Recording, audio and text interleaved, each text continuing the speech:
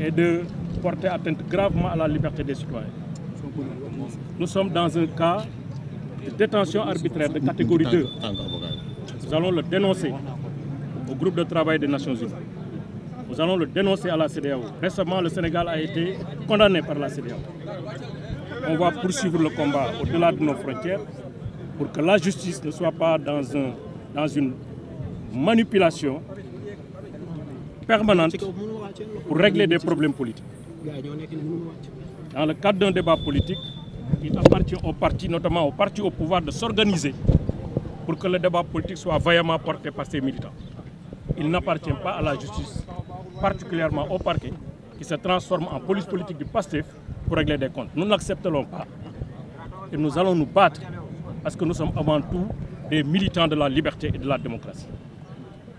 Donc ça, on voulait le dire de manière très forte, de manière audible, à l'attention de la presse, de l'opinion nationale et internationale. Ce qui se passe au Sénégal est gravissime. C'est inadmissible. On ne l'a jamais vu. C'est pourquoi nous dénonçons avec la plus forte vigueur cette démarche du parquet qui manifestement n'est plus dans son rôle, n'est plus dans sa mission. Vous voulez dire que la procédure n'a pas été respectée? Aucune procédure n'a été respectée. Depuis l'enquête de police. L'enquête de police, je vous rappelle que Badara Gadiaga était poursuivi pour 3 chefs d'infraction. Diffusion de fausses nouvelles, discours contre nature, contraire aux bonnes mœurs, et ensuite outrage et offense à une personne exerçant en partie ou totalement les prérogatives du président de la République. La police elle-même, après avoir entendu Badara Gadiaga, il a mis en garde à vue, après ces investigations, a considéré que dans ce dossier, il n'y avait rien à poursuivre, à l'exception de l'infraction relative au discours contraire aux bonnes mœurs. C'est la police.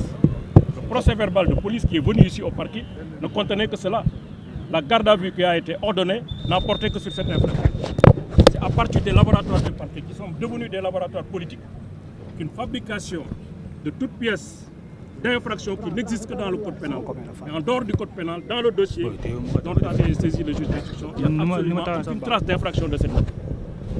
Donc on fait un chapelet d'infraction, une énumération fictive, indigne d'infraction pour le faire porter à un citoyen honnête, dont le seul tort est de contribuer, pour ne pas dire présider, un conseil du peuple chaque vendredi pour dire ce qu'il pense de notre démocratie et de l'état de notre République.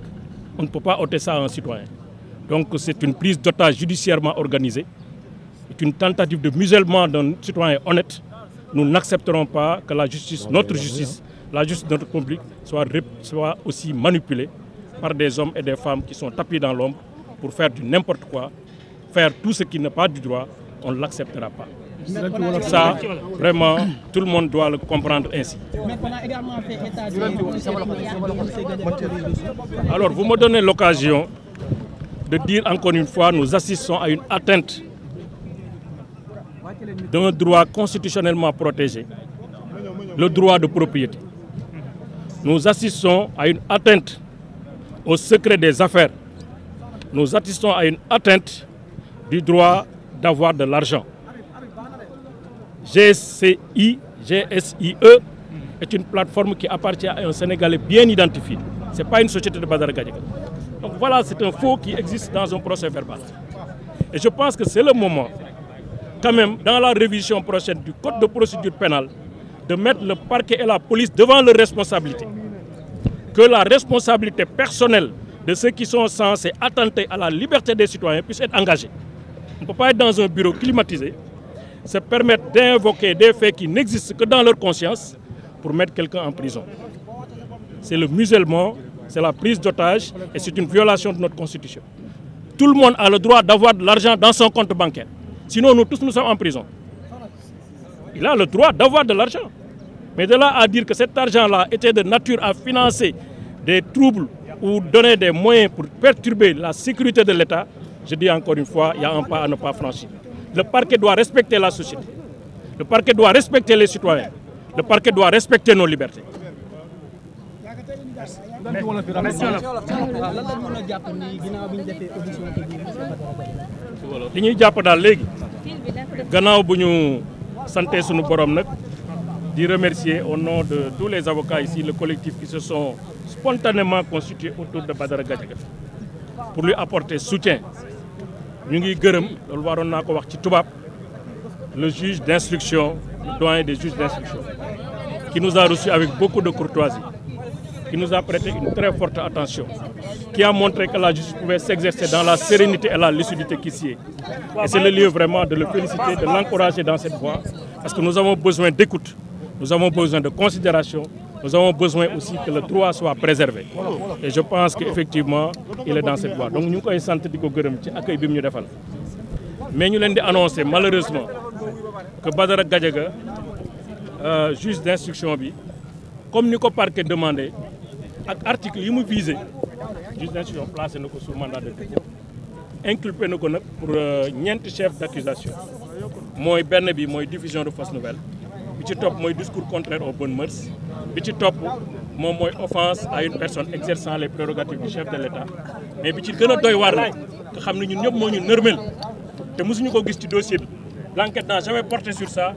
Moi, il y a une réception ou sollicitation de fonds, de subsides, maanaam nga jël alal wala nga laaj alal boo xam ne da nga koy jël utiliser ko contre nguur gi nërmel ko daaneel ko apporter loolu grave la dañu teg ci dara te daañu montré ci fan yu néew te commencé nañ ko ne loolu ñuy wax taxawul fenn amul tubéy amul yére amul musóor bu dee jigéen ay waxu caaxaan la wax nañ nag léegi ñun li ñu gis muy raam bu ñu ko teelul arrêté si ñag bi la jëm mooy procureur boo xam ne nekkatul procureur de la république notre république mais parquet la boo xam ne nii dafa nekk office politique pour défendre benn parti boo xam ne ni ce parti là est malmené dans le débat public et dans le débat public loolu du cëru procureur li mu war a xool xam ngeen ko Badara Gadiaga mi kenn mënu ko jiiñ ay waxu yoo xam ne nii taxawul kenn mënu ko jiiñ ne dafay financer pour perturber ordre public wala ay bonnes mœurs wala yu kenn xamul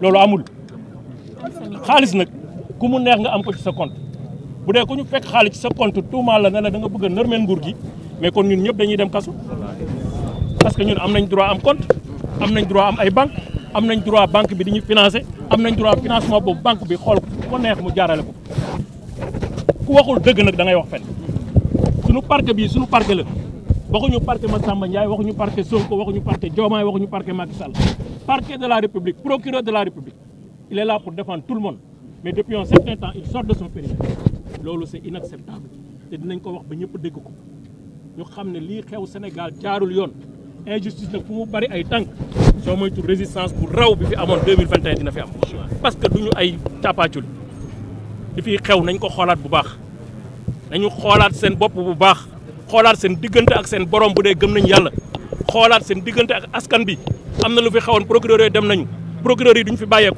mais seen waaye fii des dañu xoolaat bu baax li ñuy def te tooñ baaxul tooñ jàmbur baaxul lii prise d'otage la détention arbitraire donc moo tax ñu ngi waxaat procureur ak ay ñoñam nañu xoolaat seen bopp bu baax juge bi nag def na li mu war a def bu soobee yàlla ñun tamit dinañ def li ñu war a def parce que justice du Sénégal rek CEDEAO mu ngi fi Nations Unies mu ngi fi groupe de travail sur les détentions arbitraires mu ngi fi tey bu soobee yàlla bâtonnier bi dina jot lettre am mais aussi ñi nga xam ne ci international bi yëpp war nañu jot seen i lettre ak seen i bataaxal dinañ ko jot parce que Sénégal nag di woon démb Sénégal démb la ak bërka démb ak tey du ñu nangu li nga xam ne musu fi am ku ne ñoxoon njaay ñu la diffusion de fausses nouvelles ku ne ñoxoon njaay ñu la discours contraire aux bonnes mœurs ba léegi la ñu ci yokk ay article 80 pour des hommes politiques ma ne c'est grave suñu ko waxul ak suñu ko waxee ñëpp xam nañ li fi am du ak njubadi la njubadi nag amul ñaari tur amul ñetti tur moo tax ñu ngi wax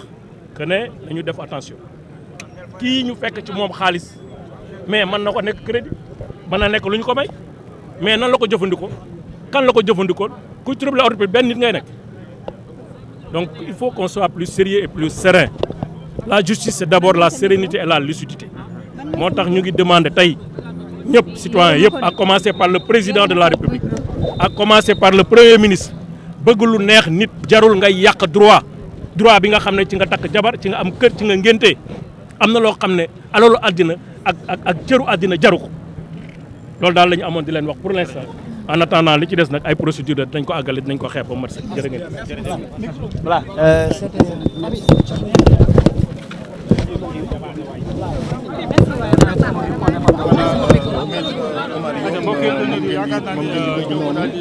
ñoom nag vraiment fustigé nañu.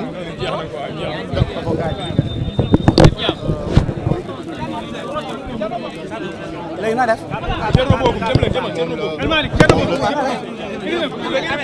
grand na ñëw ceeb président avancé non daal na ñëw bëri président avancé président bi. dama bëgg mu avancé quoi.